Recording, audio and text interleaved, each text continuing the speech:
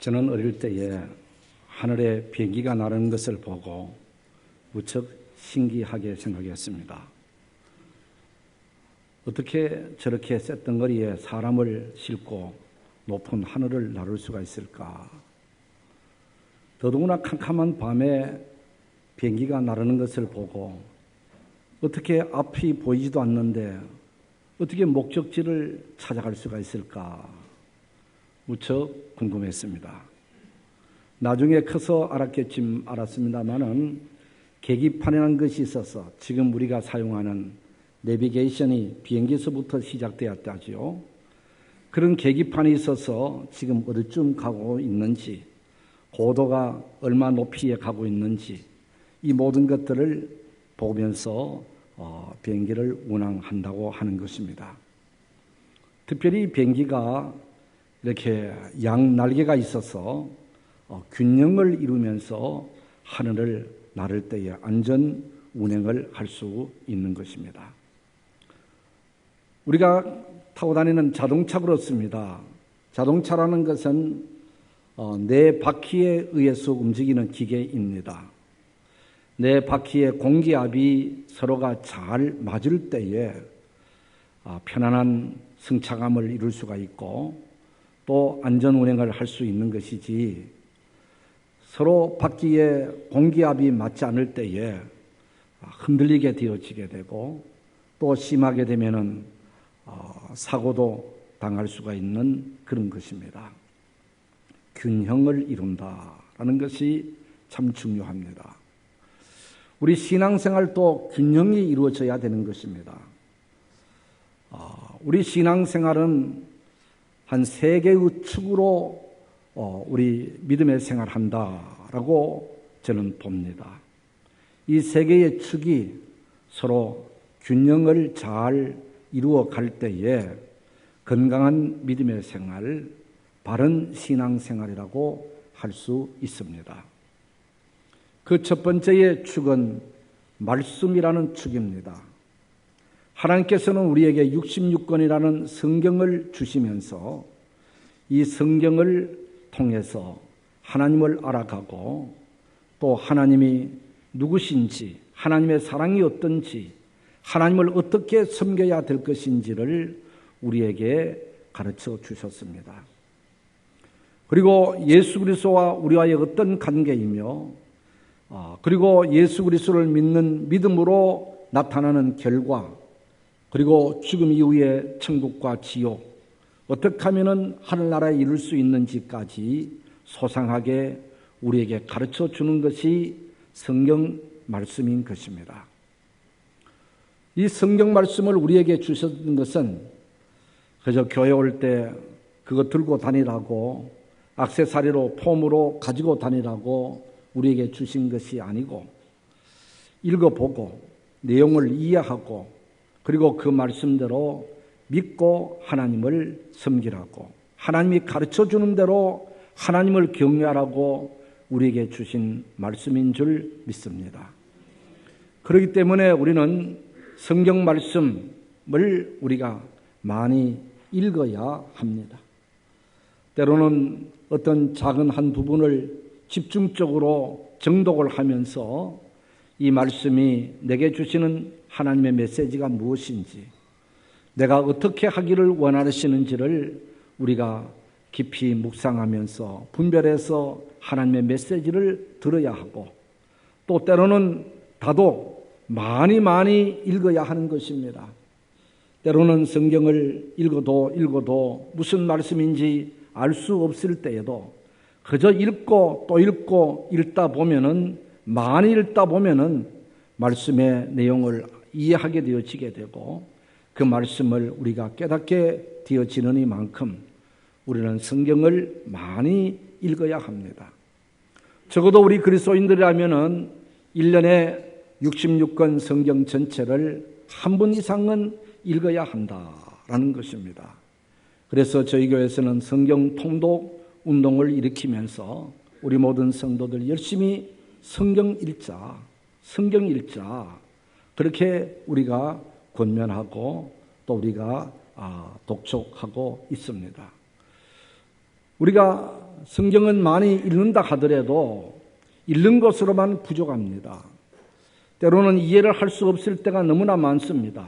그래서 하나님께서는 예배 시간을 통해서 또 성경을 전문적으로 연구한 목회자들을 통해서 성경 말씀의 내용과 또 말씀의 의미가 무엇인지를 해설해 주고 또 깨우쳐 주고 이 말씀을 우리 생활 속에 어떻게 적용해 가야 할 것인까지 말씀해 주는 설교 말씀을 우리가 귀담아 잘 들어야 하는 것입니다.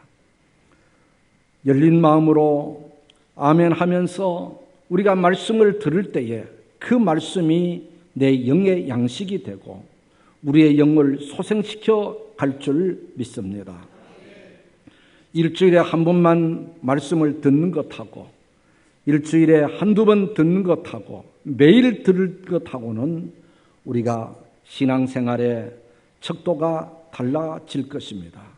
그러므로 우리는 예배할 때마다 내게 주시는 말씀, 오늘 내게 주시는 하나님의 음성이 무엇인지를 우리가 사모하는 마음으로 말씀을 들을 때에 이 말씀을 통해서 우리의 신앙이 더해져 갈 줄 믿습니다. 성경은 우리에게 말씀하셨습니다. 믿음은 들음에서 난다고 말합니다. 그렇기 때문에 말씀을 많이 듣고 귀담아 듣고 정성껏 들어야 하는 것입니다. 그래도 우리는 성경을 잘 이해할 수 없을 때가 있습니다. 그래서 교회에서는 성경 공부반을 만들어서 성경을 가르치곤들 합니다.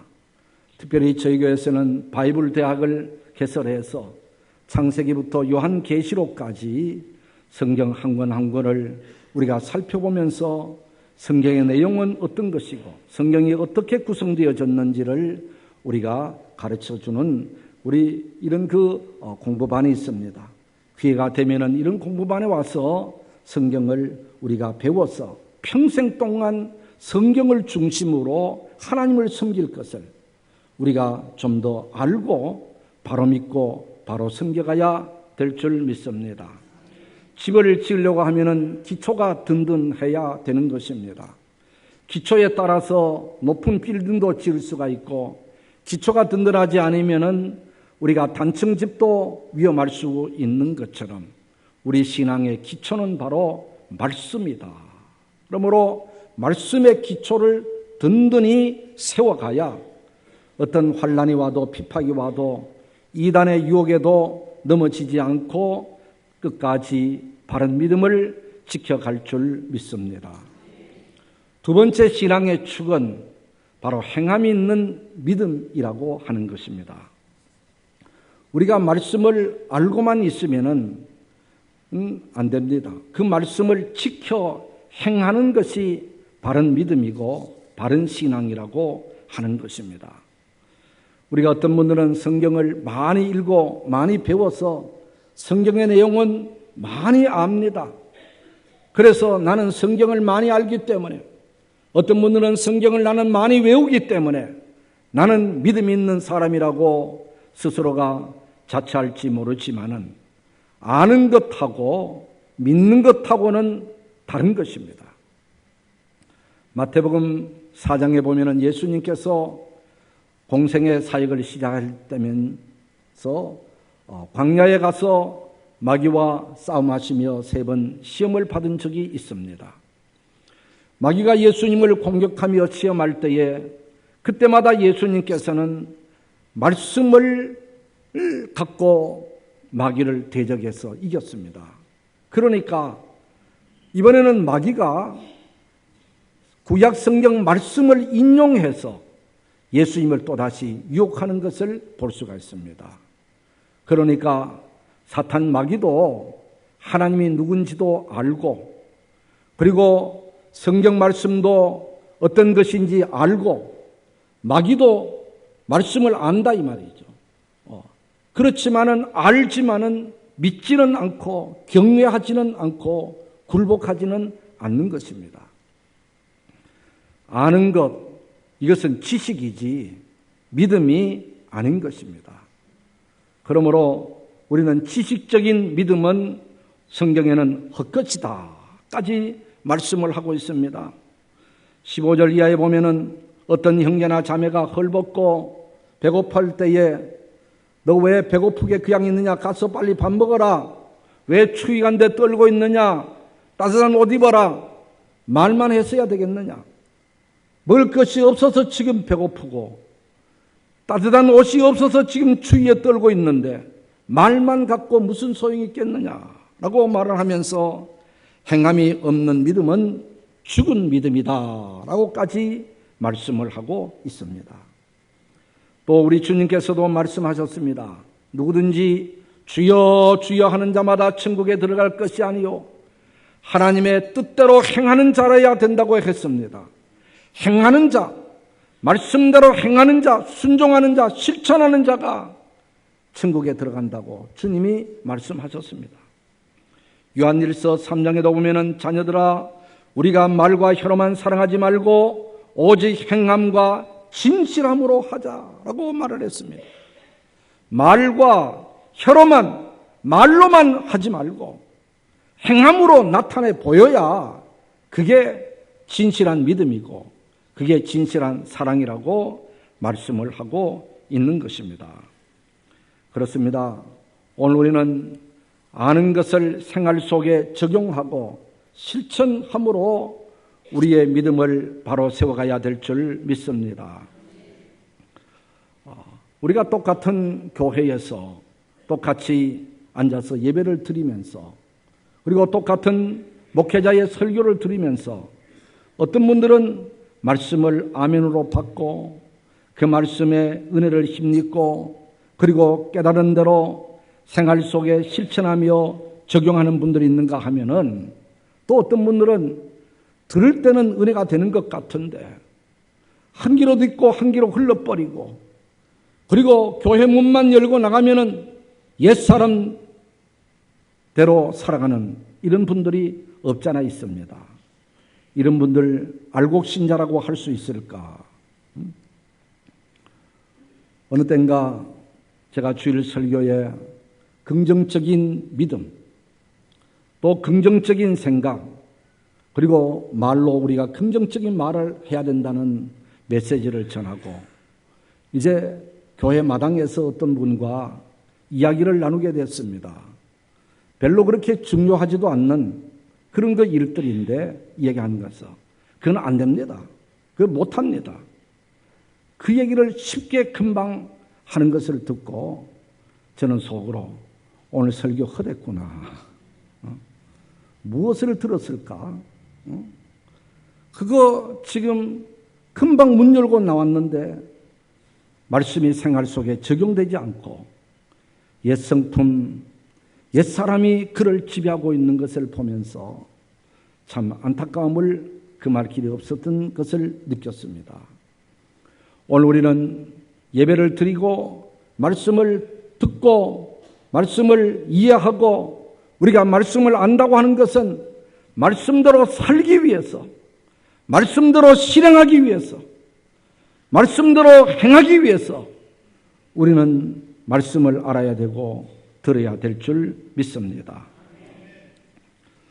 오늘 이 성경 본문에서는 하나님의 말씀을 믿음으로 행하여 복받은 사람 두 사람을 소개하고 있습니다. 한 사람은 아브라함입니다. 아브라함 그는 하나님의 부르심을 받아 가나안 땅까지 왔습니다. 어느 날 하나님께서는 네 아들 이삭을 모리아산으로 데려가서 번제물로 드리라고 그럽니다. 사람의 생각으로는 아비의 입장에서는 도저히 아들을 번제물로 드린다는 것 있을 수도 없고 할 수도 없고 순종할 수도 없는 그런 그 이야기지만은 하나님께서 하라는 대로 하면 하나님께서 새 역사를 이루어 주실 것이다. 하나님께서는 이 아들을 다시 살려주실 것이다. 하나님을 전적으로 믿는 믿음으로 하나님의 말씀대로 순종하고 실행해서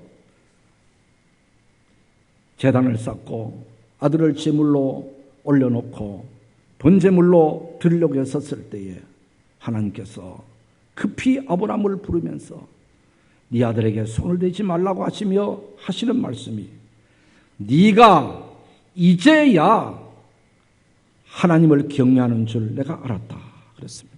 이 말은 다시 말하면은 내 이제야 네가 진짜 믿음 있는 사람인 줄 내가 알겠다라는 그런 그 말씀인 것입니다.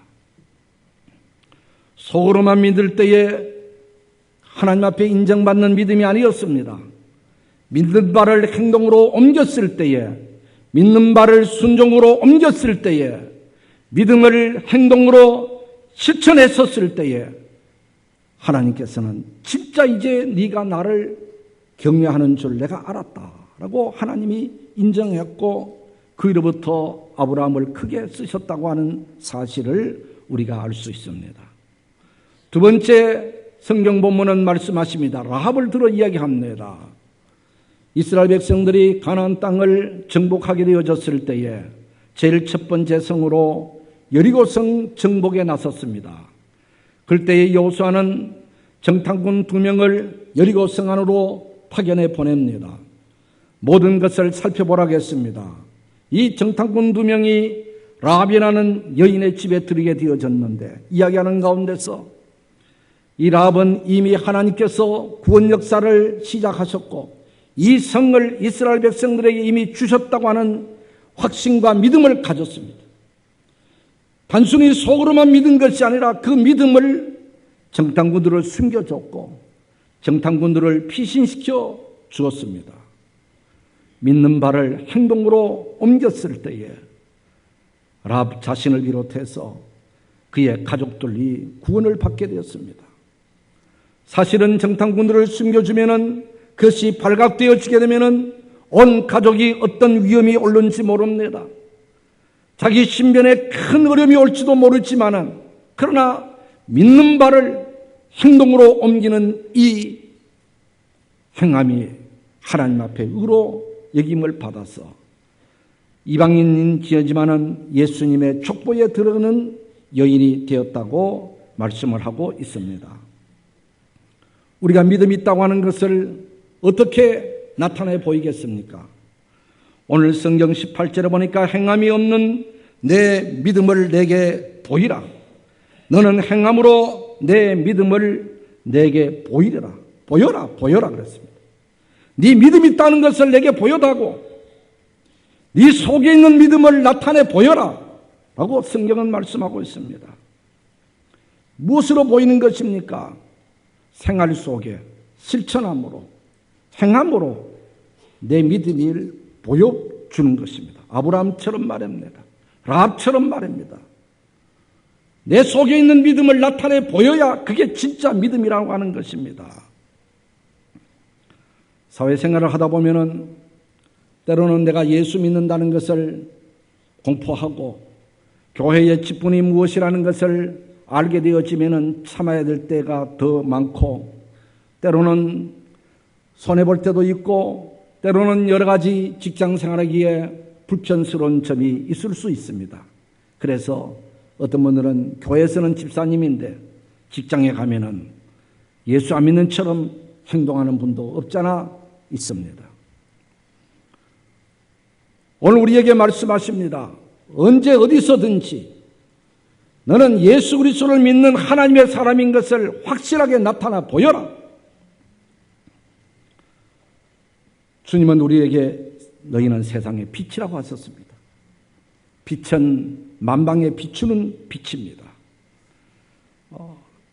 땅 사류에 있는 동네가 숨겨지지 못할 것이고 등경에 있는 불빛이 막을 수 없는 것처럼 오늘 우리는 세상의 빛으로 우리를 불러주셨는데 어디서든지 하나님의 사랑의 빛을 비춰줘야 될 줄 믿습니다.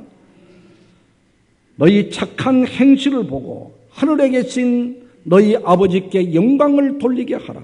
착한 행실로 하나님이 어떤 분인지를 나타내 보이라고 말씀하고 있습니다. 고린도후서 2장에서는 우리를 보고 그리스도를 아는 냄새라고 했습니다. 향기라고 했습니다. 어디든지 가서 그리스도의 향기를 발휘하는 다른 사람에게 영향을 끼치는 사람이 되라고 까지 말씀을 하고 있는 것입니다. 그러므로 우리의 생활 속에서 너희는 서로 사랑하라고 말씀하셨으니 하나님의 사랑을 우리는 실천하면서 나타내 보여주면서 살아가야 될 줄 믿습니다. 서로가 나누고 베풀고 섬겨줌으로 하나님의 사랑을 나타내라고 했습니다. 그래도 저희 교회는 참 감사한 것은 하나님의 사랑을 실천하고 섬김이 생활화되어지는 이런 그 교회인 걸 알고 저는 감사했습니다. 금년만 들어도 몇 주간 빼고 우리 점심때에 참 누가 하든지 떡을 접대하고 또 과일을 접대하고 오늘 또 이렇게 또 접대가 있고 계속해서 이어지는 것을 보면서 그래도 우리 교회는 사랑이 풍성한 교회고 그리고 나누려고 섬기려고 애쓰는 우리 교회다라고 저는 생각해 보았습니다. 그렇습니다. 바로 이것이 주님께서 우리에게 가르쳐 주시는 삶의 모습인 것입니다. 내 것 갖고 내 혼자서 쓰려고 하지 말고 뭔가 좀이라도 이웃들에게 베풀려고 하는, 섬기려고 하는 이것이 행함이 있는 신앙의 한 부분이라고 할 수 있는 것입니다. 우리가 이렇게 행함으로 우리의 믿음을 나타내 보여야 하는 이유는 바로 이 행함은 믿음의 열매이기 때문에 그런 것입니다.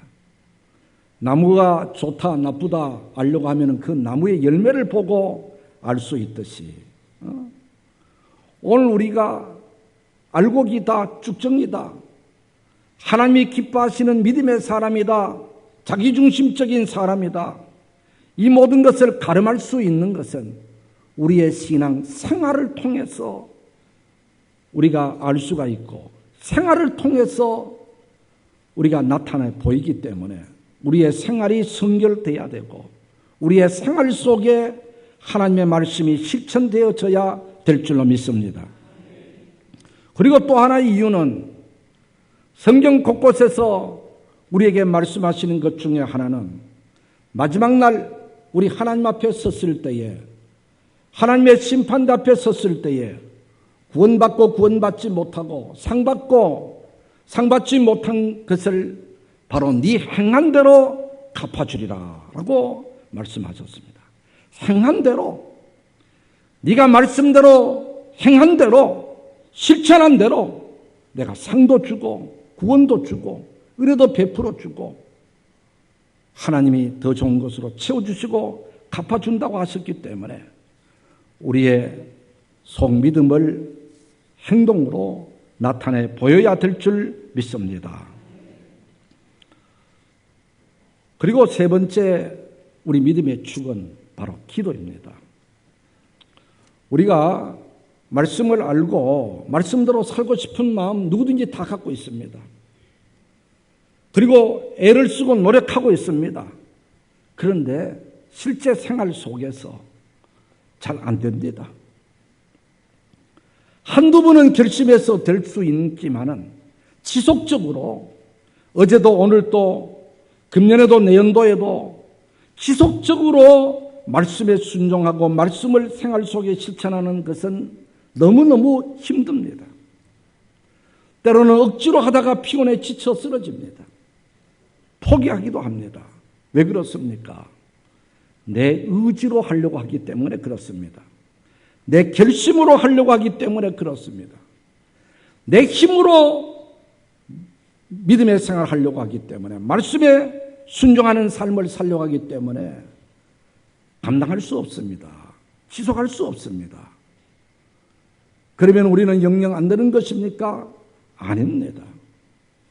사람은 할 수 없으되 하나님은 할 수 있느니라고 하신 말씀과 같이 내 의지와 내 결심과 내 노력으로는 하나님의 말씀대로 살 수 없지만 성령의 충만함을 받으면 저절로 될 줄 믿습니다.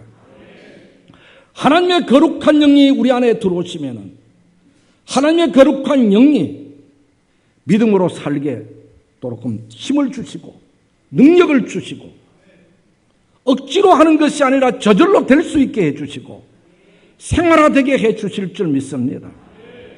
성령 받은 사람들은 말씀대로 살지 않는 것이 도리어 불편스러워요. 말씀 안에서 사는 것이 자연스럽고 편하고 좋아요. 도리어 곁길로 가는 것이 너무너무 괴로운 거예요. 이것은 바로 거룩한 성령이 나를 이끌어주기 때문에 그런 줄 믿습니다. 이런 성령의 능력은 기도하는 자에게 주어지는 것입니다. 하나님 앞에 깊이 기도하면 주의 거룩한 성령께서 내 안에 임재하시고 나를 주장하시고 나를 세상을 이기게 하시고 마귀를 이기게 하시고 내 자신을 이길 수 있는 힘을 공급해 주실 줄 믿습니다.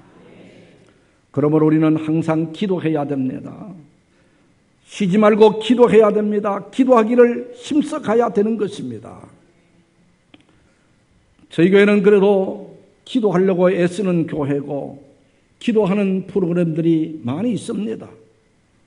새벽 기도회를 비롯해서 우리가 화요일 저녁에는 부르짖는 기도회, 금요일 저녁에는 심야 기도회, 그리고 1년을 시작하는 신년 초두에는 신년 맞이 기도회, 그리고 고난주간에는 사순절 특별 기도회, 그리고 여름을 지나고서는 영성회복을 위한 특별 기도회, 그리고 어머니 기도회, 그리고 한 끼씩 금식하며 각자가 기도하는 기도 운동, 여러 가지 우리 기도의 프로그램들이 교회 안에 있습니다. 이런 기도하는 시간에 우리가 동참해서 힘써서 기도하면 우리 하나님께서 바른 믿음의 생활을 할 수 있도록 말씀대로 살아갈 수 있도록 우리를 붙잡아 주시고 능력을 주실 줄 믿습니다. 우리가 교회 생활하면서 외우고 그리고 강조하는 것이 세 가지가 있습니다. 그것은 바로 사도신경, 예배 때마다 우리가 고백합니다. 또 주기도문 있습니다. 그리고 찬송가 성경 앞뒤면에 보면 십계명이 기록이 되어 있습니다. 이 세 가지는 우리 기독교 신앙 생활의 가장 기본이고 축입니다. 사도신경은 우리가 어떻게 하나님을 섬기며 예수 그리스도를 누군지를 고백하는 신앙 고백 말씀인 것입니다. 주기도문은 기도인 것입니다. 십계명은 우리의 생활을 가리키는 것입니다. 이와 같이 말씀과 기도와 생활이 균형을 이루어 갈 때에 온전한 믿음의 생활이고 바른 신앙생활이라고 할 수 있는 것입니다. 이 정삼각형을 이루지 못하고 어느 한쪽은 열심인데 어느 한쪽은 부족한 직삼각형, 삐뚤어진 삼각형이 되어 있어서는 바른 신앙생활이라고 할 수 없습니다.